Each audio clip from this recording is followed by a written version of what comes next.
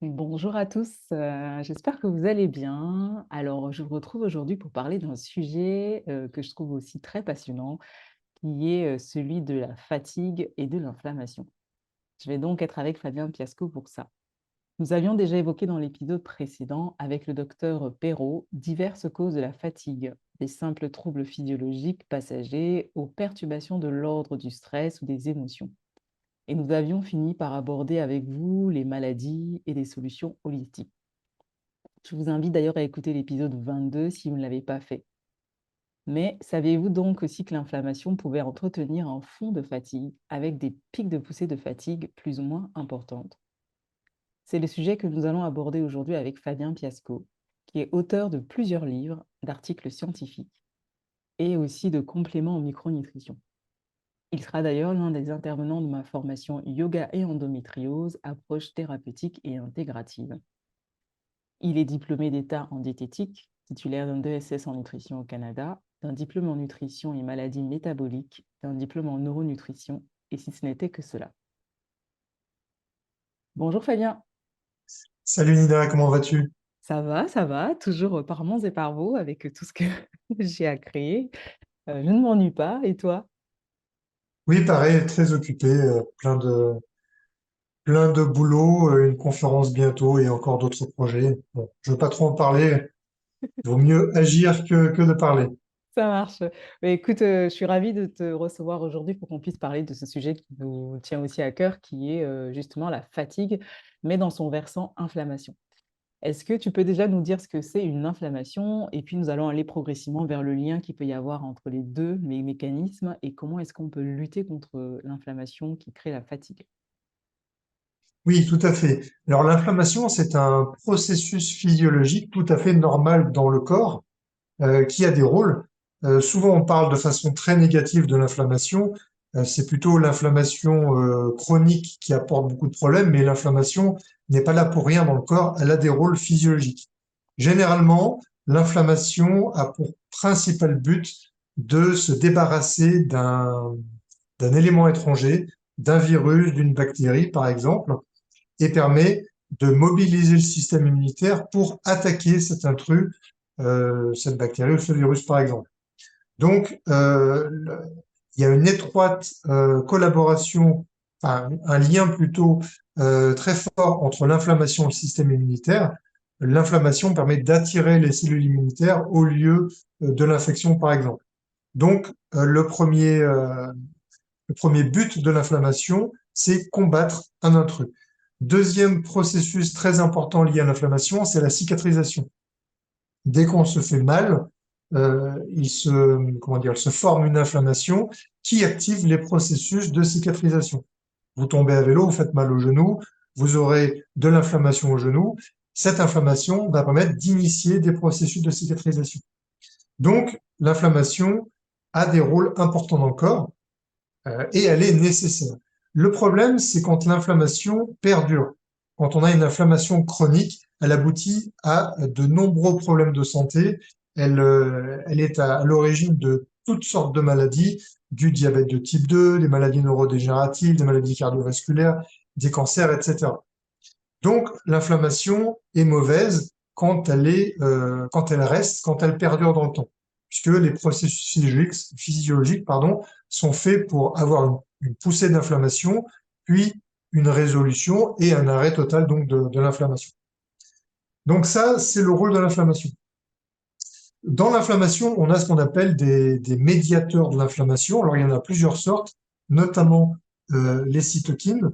Et c'est ça qui va nous intéresser, c'est comment dire, leurs actions délétères en quelque sorte dans la fatigue. Alors, si on veut expliquer le lien entre les cytokines inflammatoires et l'inflammation, voici ce qu'on peut dire. Donc, les cytokines, ce sont des messagers cellulaires qui vont circuler dans le corps et qui vont participer au processus d'inflammation. L'inflammation, on a toujours tendance à penser que c'est une douleur. En réalité, l'inflammation et la douleur sont différents, bien que souvent liés, mais Oui, l'inflammation, c'est vraiment un processus avec des messagers cellulaires spécifiques, les cytokines, ont les interleukines, le TNF-alpha, il y en a plein. C'est pas très important de savoir dans le détail, mais il faut comprendre que l'inflammation est surtout un message qui permet au corps de faire certaines choses.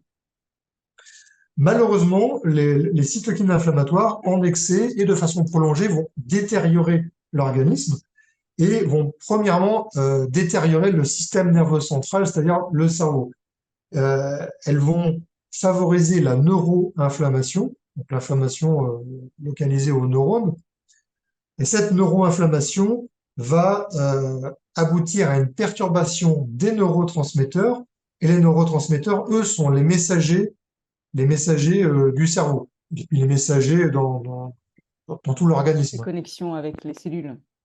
Voilà, exactement. On peut parler, par exemple, de la dopamine, de la noradrénaline, de la sérotonine, etc. Ce sont des neurotransmetteurs. Eh bien, l'inflammation va détériorer le système nerveux central, va causer de la neuroinflammation et va déséquilibrer tous ces neurotransmetteurs, ce qui va aboutir à de la fatigue. Autre chose, cette neuroinflammation va perturber les cycles de sommeil.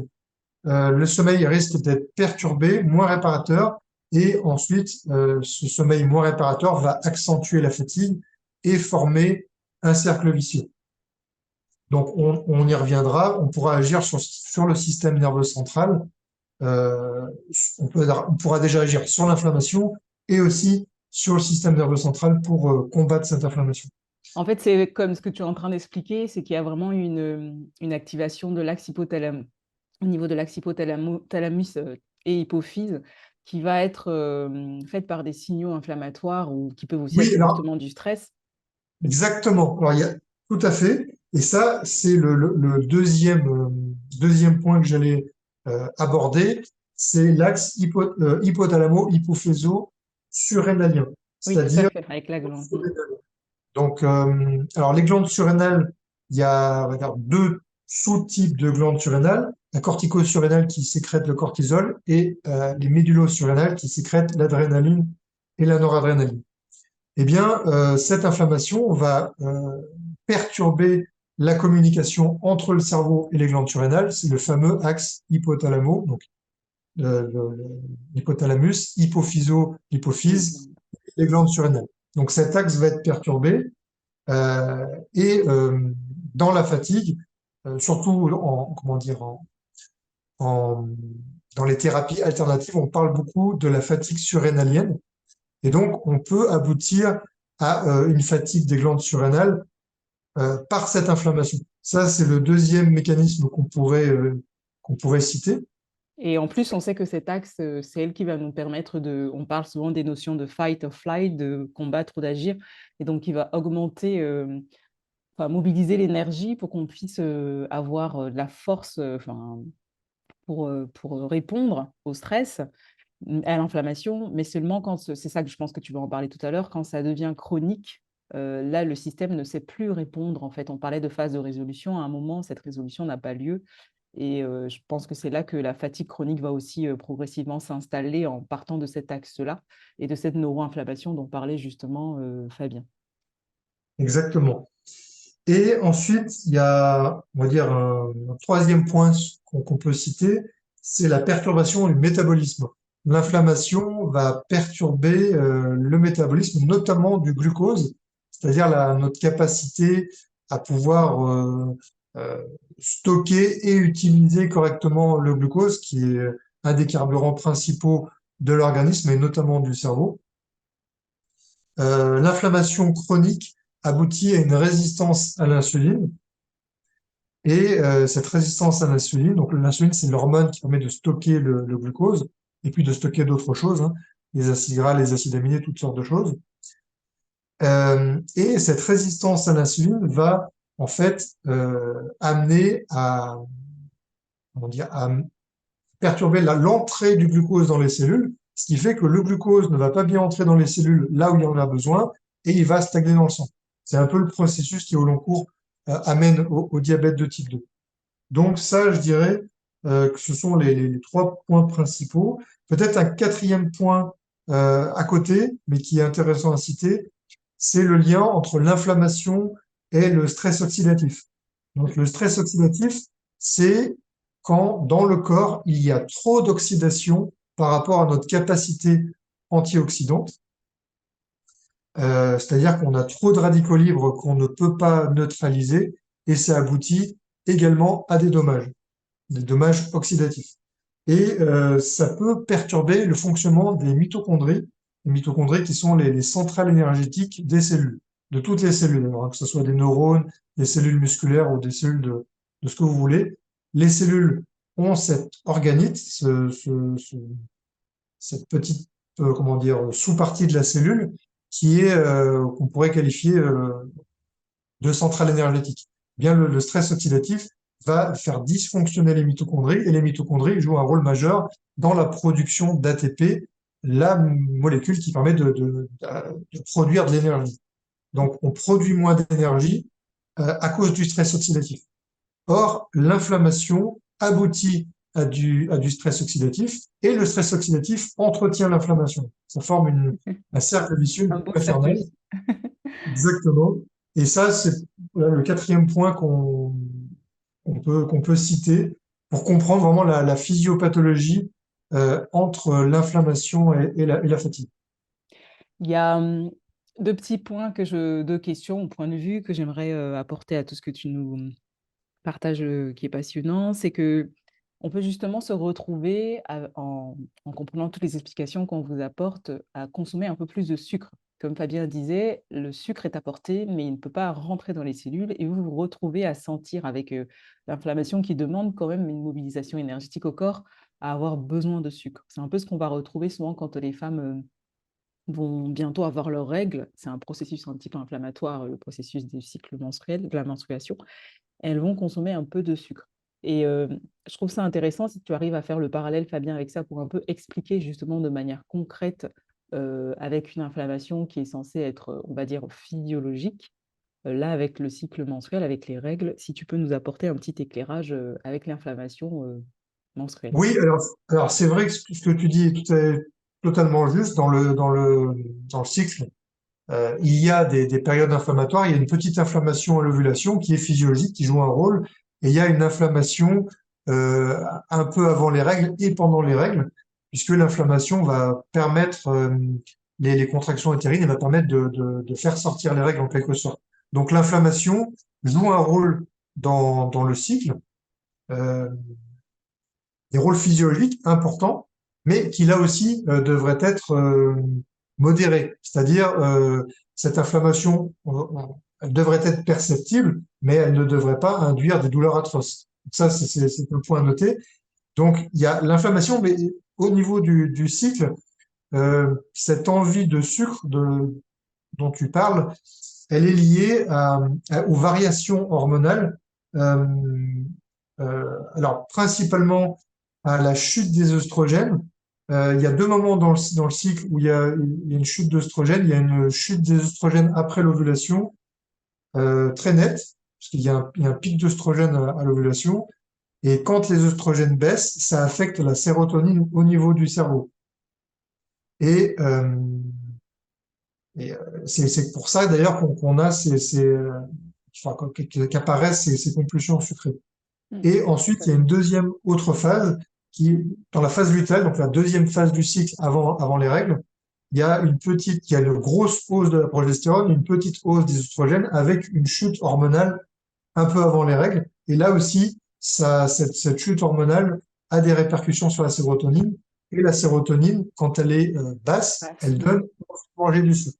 Et là où ça se gâte, ça c'est pas trop un problème, si le sucre, et surtout les aliments de mauvaise qualité, les sucreries, etc., sont consommés en quantité, de façon déraisonnée, on va dire, ça peut aboutir à de l'inflammation Oui. dans ce sens-là. C'est-à-dire que l'excès de sucrerie peut amener à de l'inflammation par différents mécanismes, mais les deux principaux, je dirais, c'est la hausse de la glycémie. La hausse de la glycémie, quand la glycémie est trop haute, ça crée du stress oxydant ou oxydatif, lequel aboutit à de l'inflammation. Et ensuite, il y a aussi un des points les plus importants, si les sucreries sont consommées avec excès, régulièrement, etc., une modification du microbiote, donc de la flore intestinale. Et quand la flore intestinale est déséquilibrée, on parle de dysbiose, quand on a la dysbiose et une hyperperméabilité intestinale, eh bien, l'intestin va générer de l'inflammation, soit en produisant des cytokines inflammatoires, justement, Mmh. soit en laissant passer dans le sang des éléments étrangers qui vont faire réagir le système immunitaire, qui va créer de l'inflammation. Donc, tout est lié dans le corps. C'est vrai que ça peut pas être compliqué d'analyser tout ça, on va dire, pour les néophytes. Mais ce qu'il faut comprendre, c'est que tout est en interaction avec tout dans l'organisme. Il faut essayer de ne pas rester bloqué sur un processus en se disant, c'est ça le problème, c'est ça que je dois corriger, c'est un tout.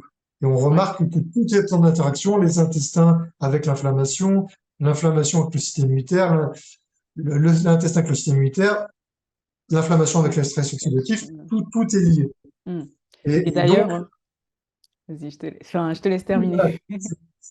pour dire que dans le cycle féminin, il y a en effet des périodes inflammatoires, des périodes de changement dans les neurotransmetteurs. Euh, Si ces perturbations sont trop fortes, elles peuvent elles aussi former des cercles vicieux et augmenter l'inflammation. Mmh. Et je sais qu'il y avait des études justement qui avaient, mis en évidence qu'on parlait souvent des neurones nociceptifs qui étaient à la périphérie, mais qui avaient quand même, un lien avec le système, justement central, nerveux central, notamment par cette connexion avec l'inflammation, neurogène et qui pouvaient justement augmenter la perception de la douleur. Que lorsqu'on est dans un environnement justement inflammatoire, on pouvait avoir cette perception de la douleur qui était augmentée et je pense que, ça va venir aussi favoriser justement, la fatigue générale au final, alors qu'on a une inflammation qui est juste localisée à un endroit. Oui, alors tout à fait.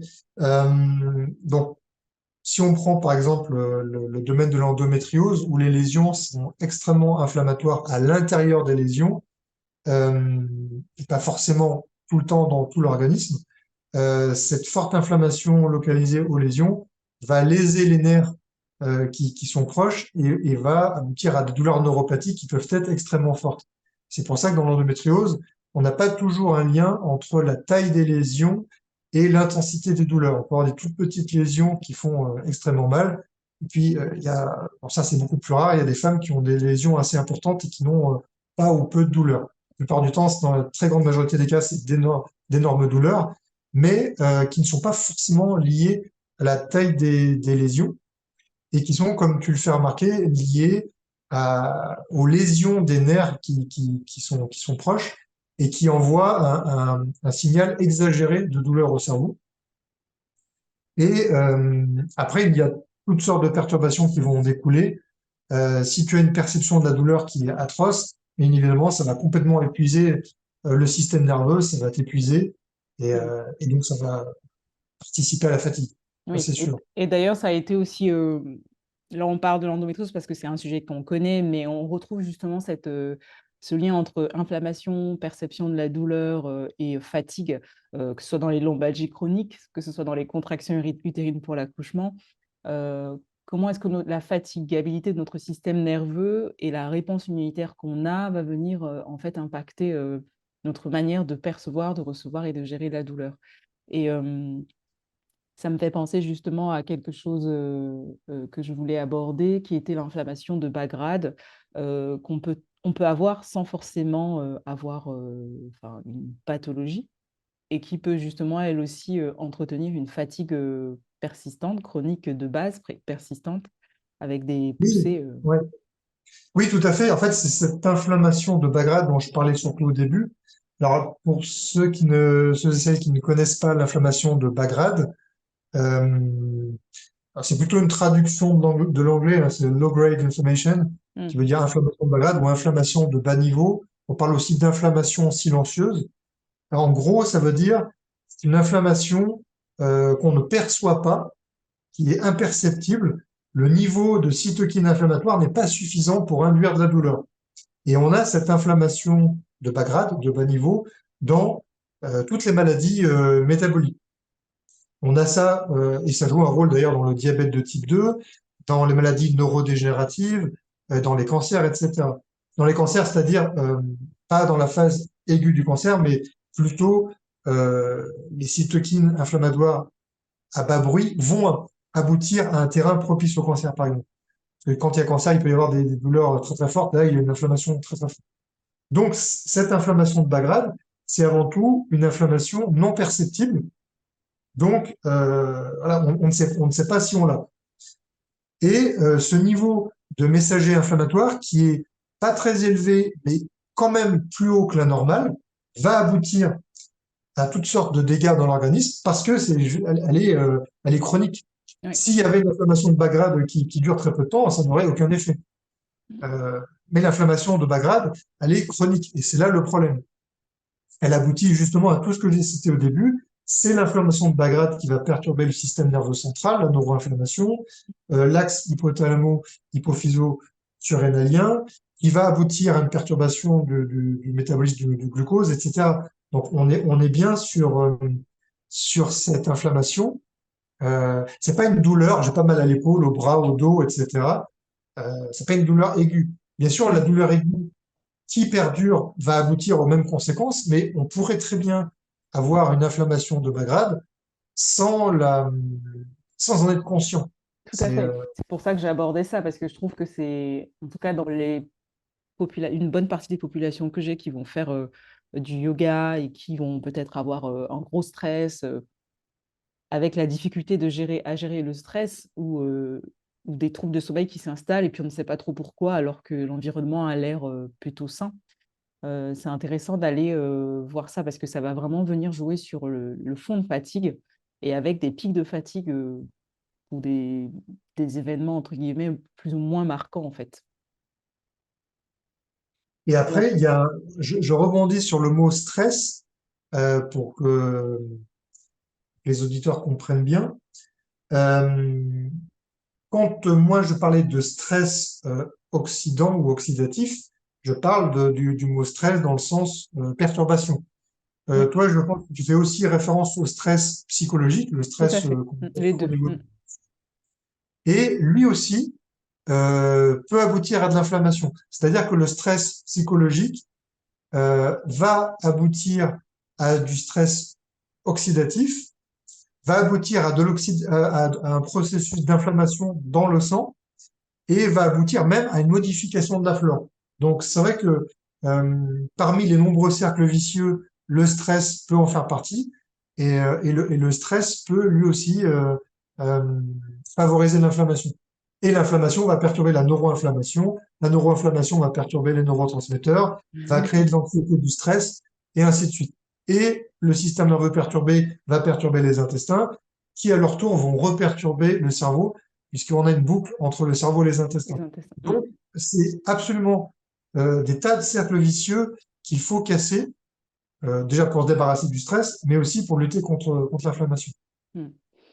Alors, on va parler de quelques solutions parce qu'il y en a plusieurs et qu'on vous invite, parce que vous êtes chacun, chacune différente, à vous rapprocher de nous, soit pour avoir plus de précision, plus d'accompagnement en fonction des thématiques qui vous semblent importantes. On va aborder quelques solutions et on va essayer de les commencer peut-être par l'alimentation, je pense, Fabien, ou alors le stress, mais Alors, je sais pas le si... stress, le stress, c'est moins ma spécialité, c'est Ouais. plus la tienne, je dirais. Euh, mais je peux te parler d'alimentation. Donc, dans l'alimentation, il y a de nombreuses choses qu'on peut faire pour diminuer l'inflammation. Alors la première, un des vraiment des basiques de l'alimentation anti-inflammatoire, c'est l'équilibre des acides gras. Les acides gras, c'est ce qui compose les lipides, les graisses Mm. alimentaires. Et ça a un impact assez important sur l'inflammation. D'ailleurs, dans l'organisme, certaines molécules inflammatoires, là on parle des prostaglandines, non pas des cytokines, mais des prostaglandines, qui d'ailleurs sont impliquées dans les perturbations du cycle menstruel. Oui. Euh, les prostaglandines et d'autres médiateurs inflammatoires de la même famille, euh, les leucotriènes, etc., enfin, il y a différentes familles, sont fabriqués à partir d'acides gras. C'est-à-dire que, par exemple, la prostaglandine de série 2, celle qui donne les douleurs de règles, celle qui donne les migraines, par exemple, eh bien, elle est fabriquée dans l'organisme, dans les cellules, euh, à partir d'un oméga 6 qui s'appelle l'acide arachidonique. Donc, c'est à la base un oméga 6, un acide gras oméga 6, qui permet la formation de cette molécule inflammatoire. Et il faut savoir que les oméga 6 et les oméga 3 sont considérés comme des acides gras essentiels. Pourquoi? Parce que le corps ne peut pas les fabriquer. Donc, ça veut dire que les oméga 6, les oméga 3 que l'on a dans notre corps, dans nos cellules, eh bien, ils proviennent de l'alimentation obligatoirement. Après, le corps peut modifier les oméga 3, modifier un peu les oméga 6, ok, mais en tout cas, à l'origine, ces acides gras, on les a forcément avalés. Ça, c'est très important à comprendre. Donc, euh, l'acide arachidonique oméga 6 est responsable directement de la production de prostaglandines inflammatoires. Où se trouve-t-il dans l'alimentation? Eh bien, il se trouve dans les graisses animales, exclusivement dans les graisses animales. Donc, si on mange des viandes grasses, des charcuteries grasses, du gras laitier, donc beurre, crème, fromage en excès, en gros, n'importe quelle graisse animale, il y aura de l'acide arachidonique. Ça, c'est la première chose. Donc, la réduction des graisses animales, obligatoirement, s'accompagne d'une réduction de l'inflammation. Après, il y a d'autres acides gras dans les graisses animales qui ne vont pas, mais il y a déjà celui-ci. C'est une des explications. Autre chose, dans l'alimentation, on a des oméga 6 dans les végétaux qui ne sont pas les mêmes, mais qui, en excès, pourraient aussi poser problème. C'est l'acide linoléique. Donc cet oméga 6, il est présent dans toutes sortes de végétaux, dans quasiment tous les végétaux, mais en quantité variable. Et celui-ci, dans l'organisme, une partie va être transformée en acide arachidonique qui pourrait aboutir à de l'inflammation. Donc on l'a dans l'huile de tournesol, par exemple, qui est la source la plus importante. Dans d'autres huiles, l'huile de maïs en est riche, bon, même s'il est très très peu utilisé, mais on peut citer par exemple l'huile de tournesol. Donc un excès d'oméga 6, même précurseur, parce que ça c'est pas la forme inflammatoire directement, pourrait aboutir dans les cellules à une production plus grande d'acide arachidonique et participer à l'inflammation. D'autant plus que les oméga 6 sont assez facilement oxydables et cette huile-là, par exemple, va vraiment s'abîmer à la cuisson et beaucoup de gens l'utilisent. Et en plus d'avoir trop d'oméga 6, ceux-ci sont sensibles, vont s'oxyder, vont rancir et par le fait qu'ils sont oxydés, par un autre mécanisme, du coup, va aussi participer à l'inflammation. Donc, grosso modo, pour lutter contre l'inflammation, on réduit tous les oméga 6. On essaie de ne pas exagérer les oméga 6, on les réduit, quels qu'ils soient, on les réduit. Inversement, on a leurs antagonistes, leurs opposés, ce sont les oméga 3. Les oméga 3, notamment ceux à longue chaîne, EPA et DHA, vont être précurseurs, eux, de molécules anti-inflammatoires. Et donc, on a des prostaglandines anti-inflammatoires et puis d'autres médiateurs anti-inflammatoires, les protectines, les résolvines, etc., qui sont fabriqués à partir des oméga 3. Ces oméga 3, on les aura dans les poissons gras, sardines, maquereaux, truites, saumon, par exemple.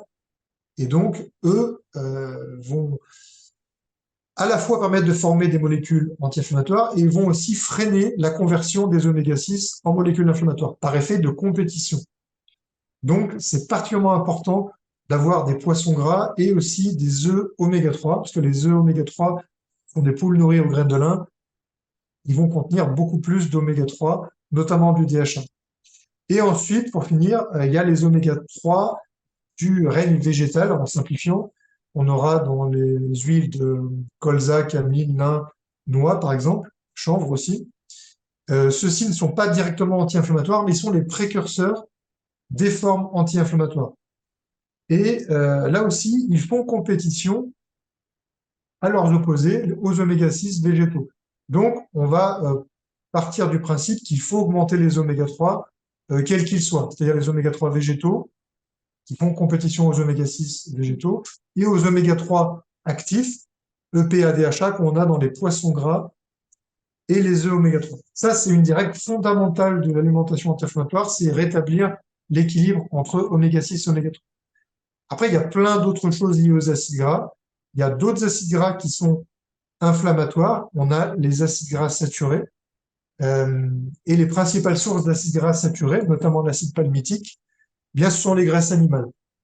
Donc, quand on a déjà limité les graisses animales pour limiter les oméga-6, on va inévitablement avoir un impact sur la quantité d'acides gras saturés. Donc, les principales sources d'acides gras saturés, c'est le beurre laitier, beurre, crème, fromage, et les viandes grasses, les charcuteries grasses, etc. Donc, on fera d'une pierre deux coups. On va réduire les oméga-6, acide arachidique, et on va réduire l'acide palmitique. Palmitique, ça fait penser à palme, parce que c'est dans la palme que ça a été découvert. Donc, on pourrait penser qu'il n'y a que de l'acide palmitique dans l'huile de palme et qu'il n'y a que dans le Nutella. Mais en réalité, les graisses animales sont les principales vecteurs d'acide palmitique. Donc, si vous mangez du Nutella, c'est vrai que c'est pas fameux pour plein de points, l'huile de palme et le sucre. Voilà. Mais même s'il n'y avait pas ça, il y a toujours de l'acide palmitique dans les graisses animales. Et si vous avez une alimentation un peu d'origine africaine, que style la palme rouge est beaucoup moins délétère que l'huile de palme raffinée grâce aux caroténoïdes qui font sa couleur et grâce au tocotriénol qui est la vitamine E surpuissante qu'il y a dedans. Donc c'est nettement moins pire si c'est de la palme rouge comparativement à l'huile de palme qu'on utilise dans les produits industriels. Il Mais y a vraiment un globalement, effet de quantité, quoi. C'est une histoire de quantité, d'origine et de la oui, matière dans sa tout totalité. à fait. Et donc, l'acide palmitique, les graisses saturées sont inflammatoires. Et inversement, les oméga 9, qui là ne sont pas des acides gras essentiels que le corps peut fabriquer, l'acide oléique principalement, lui est anti-inflammatoire par des mécanismes qui n'ont rien à voir avec les oméga 3, mais qui sont intéressants. Donc, les olives, l'huile de colza, parce qu'elle est aussi majoritairement oméga 9, les fruits à coque, les noix, les noisettes, les amandes, etc., sont très riches en oméga 9 et vont avoir des effets anti-inflammatoires par ces acides gras. Donc ça, c'est la première règle, c'est une sorte d'équilibre des acides gras dans l'alimentation. Si on consomme aucun oméga 9, que des graisses saturées, pas d'oméga 3, voilà, c'est impossible de gérer l'inflammation. On aura forcément un terrain inflammatoire. Donc, il faut modifier toutes ces choses. Ensuite, dans l'alimentation, on a comment dire, les antioxydants. On va pouvoir agir sur le fameux stress oxydatif. Donc, pour agir sur le stress oxydatif, une alimentation qui est riche en antioxydants va être le premier point. Donc, les aliments riches en vitamine C, en vitamine E, donc le kiwi jaune, par exemple, les agrumes, si on les tolère au niveau digestif, ça va permettre d'apporter la vitamine C. Les fruits à coque, les huiles végétales vont apporter la vitamine E. Et ça, ce sont des antioxydants directs qui vont neutraliser les radicaux libres et qui vont ensuite empêcher leurs effets délétères. Dans l'alimentation, il y a aussi dans tous les végétaux d'ailleurs, plus ou moins, les polyphénols. Euh, les polyphénols, ce sont à la base beaucoup des molécules qui permettent aux plantes de se protéger de diverses agressions. Ça peut être du rayonnement solaire, mais c'est aussi beaucoup des agressions des parasites, des insectes, de toutes sortes de trucs, ou même parfois des animaux qui vont les manger. Donc ça donne un goût amer et ça permet en fait d'éviter à la plante de se faire manger par toutes sortes d'animaux. Donc les polyphénols sont principalement un système de défense de la plante. Et on a des polyphénols dans les fruits, les légumes, les épices, les herbes, dans absolument tous même les céréales et légumineuses, il y en a dans tout. Et consommés par l'humain, ces polyphénols vont aboutir, c'est un peu compliqué à expliquer, mais vont aboutir à une augmentation de nos propres défenses antioxydantes. Par un petit stress que ça va créer, ça va augmenter nos propres défenses antioxydantes, ça va augmenter nos enzymes antioxydantes, notamment la glutathion peroxydase, la GPX, la SOD, la superoxyde dismutase, et puis encore d'autres enzymes, les catalases, etc. Donc, les polyphénols vont booster nos défenses antioxydantes et nous rendre plus performants pour lutter contre l'oxydation. Il y a ça. Et ensuite, il y a dans l'alimentation des choses qu'il faudrait éviter pour éviter d'accentuer l'oxydation. C'est les aliments qui sont grillés, brûlés, parce qu'ils sont déjà oxydés, ils vont avoir des composés qui vont favoriser les processus d'oxydation. Les huiles trop chauffées, surcuites, puisque les graisses, les huiles surchauffées sont oxydées. L'huile de friture, notamment, toutes les fritures vont être très oxydées, sans parler des acides gras trans qui peuvent se former dedans, etc. Donc tout ce qui est trop abîmé par la cuisson, d'où l'intérêt de faire des cuissons douces. Les cuissons douces vont éviter de former toutes ces molécules délétères, des acides gras trans, des peroxydes, donc qui sont des graisses oxydées, et puis la réaction de Maillard, tout ce qui est tout ce qui a un bon goût de grillé, voilà, va favoriser l'oxydation et l'inflammation. C'est assez typique dans la cuisine française d'ailleurs. On fait tout cramer dans une casserole avant de déglacer pour décoller les sucres, comme disent les cuistots. Ça donne un bon goût à la cuisine française, mais c'est assez délétère sur le plan de l'oxydation et de l'inflammation. Mmh. On a toujours des recettes en France qui commencent par faire colorer l'aliment, la viande, les légumes, les oignons, etc. Après, il y a Et vraiment, je ensuite, pense, comme tu disais, il y a une notion de quantité. Dire si c'est oui, quelque bien chose qui sûr. fait, Ah oui, quand je dis tout ça, attention, je dis pas qu'il faut tout bannir et être à zéro. mmh, Je suis pas un taliban de la cuisson douce ou des acides gras. mmh, Mais plus vous le faites, plus vous accentuez l'inflammation, moins vous le faites et plus vous vous préservez. mmh, C'est la dose fait le poison. Bien évidemment, exactement. c'est pas parce qu'un jour on a mangé des frites quelque part, c'est pas parce que on a un aliment qui est un peu grillé qu'on va basculer dans l'inflammation et que ça va être terrible. Mmh, Mais si on a comme habitude de tout cuire hyper fort, de mettre le four à 220 degrés, de faire cuire à la poêle hyper fort, de manger beaucoup d'aliments frits, de tout faire cramer, c'est sûr que tous les jours, ça va jouer. oui, Si on le fait beaucoup moins, bah, ça le fera beaucoup moins. Et c'est un peu dose dépendant. mmh, Donc, c'est pas parce qu'on fait un écart ou qu'on le fait un petit peu que c'est terrible. Il faut prendre en compte la quantité et la fréquence. ouais, Il y a ça, il y a aussi l'hyperglycémie.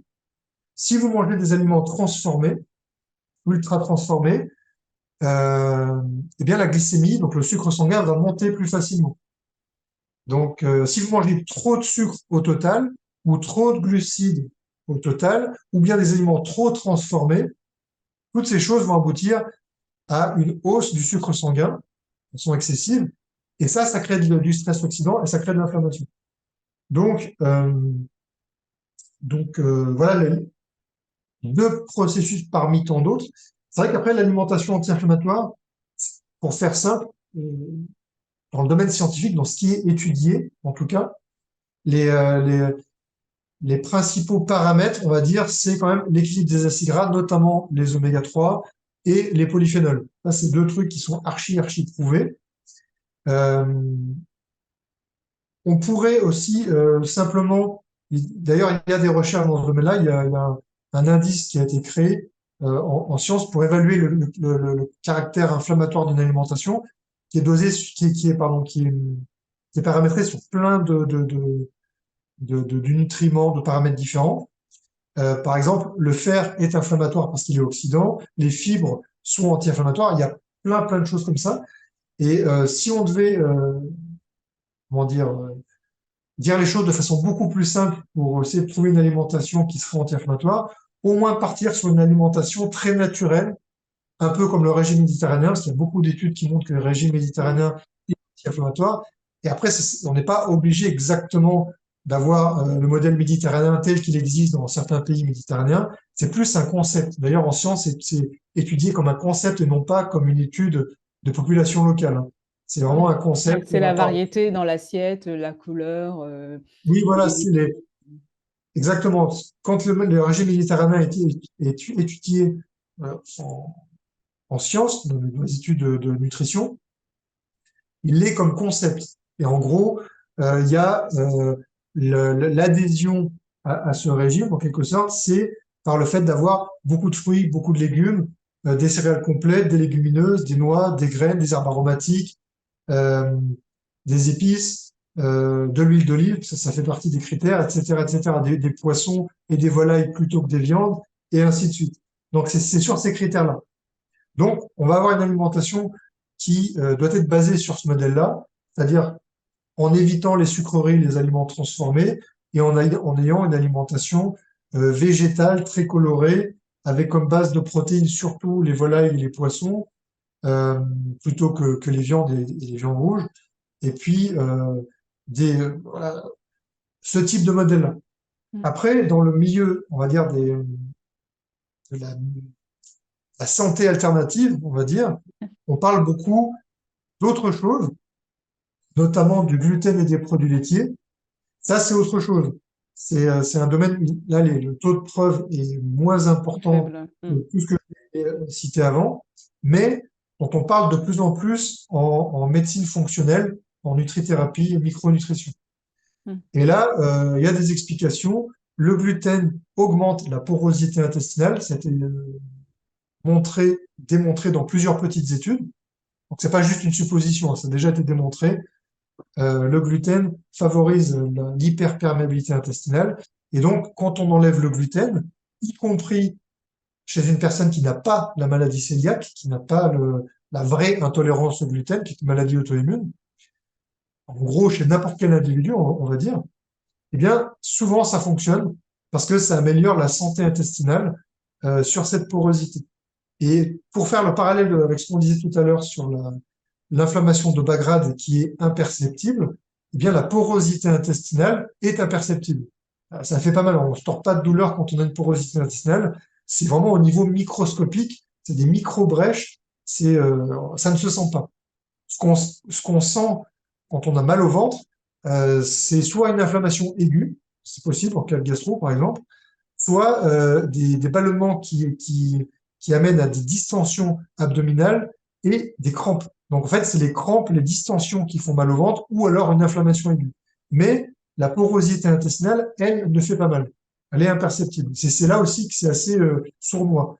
Et donc, le fait d'enlever le gluten, même si c'est pas du tout admis dans la communauté médicale, c'est plutôt admis dans la communauté de la micronutrition, on va dire, dans laquelle il y a des médecins, mais c'est des médecins qui sont complètement à part de la médecine classique. Voilà. Eh bien, le gluten souvent soulage l'inflammation parce qu'il va agir sur l'intestin. Et les produits laitiers, l'explication, c'est que euh, ça fait partie des intolérances les plus courantes. Donc, quand on a une grande partie de la population qui est intolérante, qui est hypersensible aux protéines du lait, je parle bien des protéines, je parle bien de la caséine notamment, et pas forcément du lactose, eh bien quand on enlève les produits laitiers, bah, chez bon nombre de personnes, on a une diminution de l'inflammation parce qu'on a moins de réactions immuno-inflammatoires. Le système immunitaire qui ne voulait pas des produits laitiers d'une autre espèce que l'espèce humaine, finalement, eh bien, euh, le fait d'enlever ces produits laitiers, on a beaucoup moins de réactions immuno-inflammatoires et finalement, on fait diminuer l'inflammation. Ça, c'est un peu le truc qui peut se rajouter au régime méditerranéen, qui est connu dans le régime sénégalais, par exemple, ou dans le régime paléo, voilà, entre autres. Voilà, ça, c'est des trucs un peu plus avancés. Mmh. Alors, je vais vous rajouter deux, trois petits éléments sur, on parlait tout à l'heure de ce lien qu'il y a justement entre le système nerveux autonome, l'axe hypothalamo-hypophysaire, le stress, les types de stress. Il a parlé du stress oxydatif et on évoquait justement le stress psychologique qui entretient aussi cette fatigue, via la neuroinflammation. Heu, voilà, ça prendrait tellement de temps, donc je vais juste donner deux, trois axes et puis, vous avez vraiment, plein d'occasions de pouvoir, nous rencontrer pour, aller un petit peu plus loin dans les formations ou dans les accompagnements.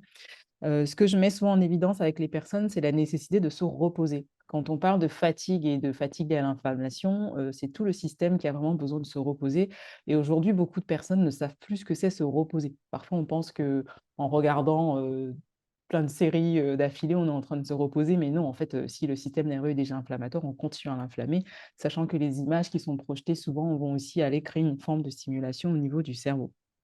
Et de l'observation, vous allez déjà un peu voir un peu comment est-ce que vous dormez.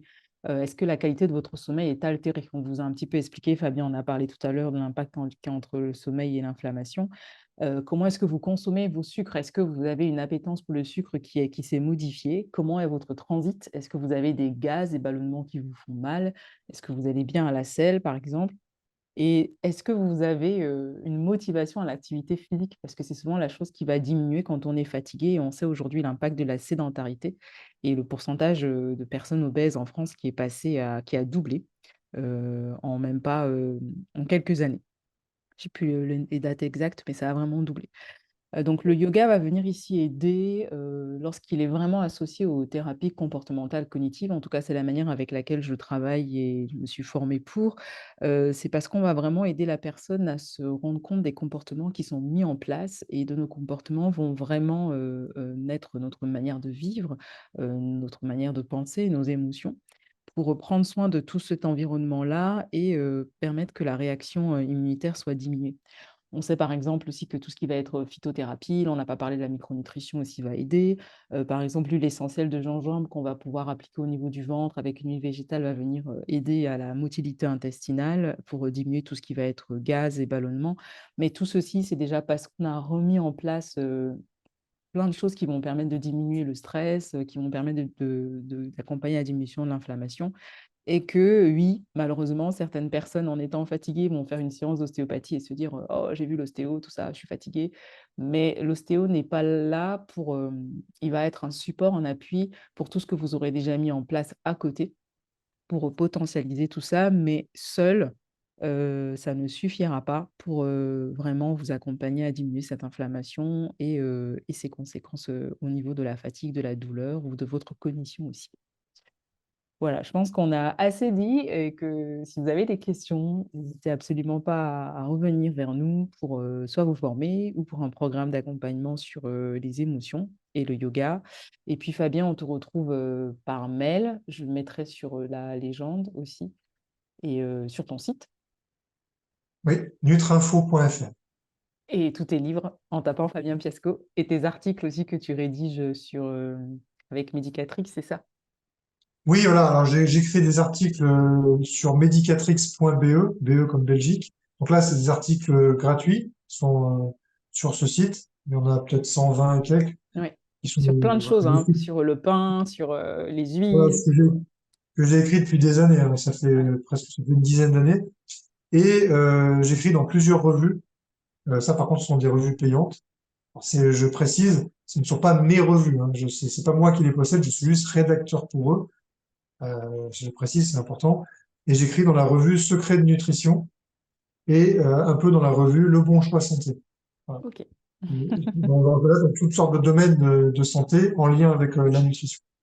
D'accord. En tout cas, merci beaucoup Fabien et puis, on se retrouve bientôt pour, la formation, endométriose et yoga et pour, d'autres choses parce qu'on n'a pas encore fini de travailler ensemble. Merci pour tout. À bientôt. À bientôt Fabien. Au revoir tout le monde. Avortement de la méthode.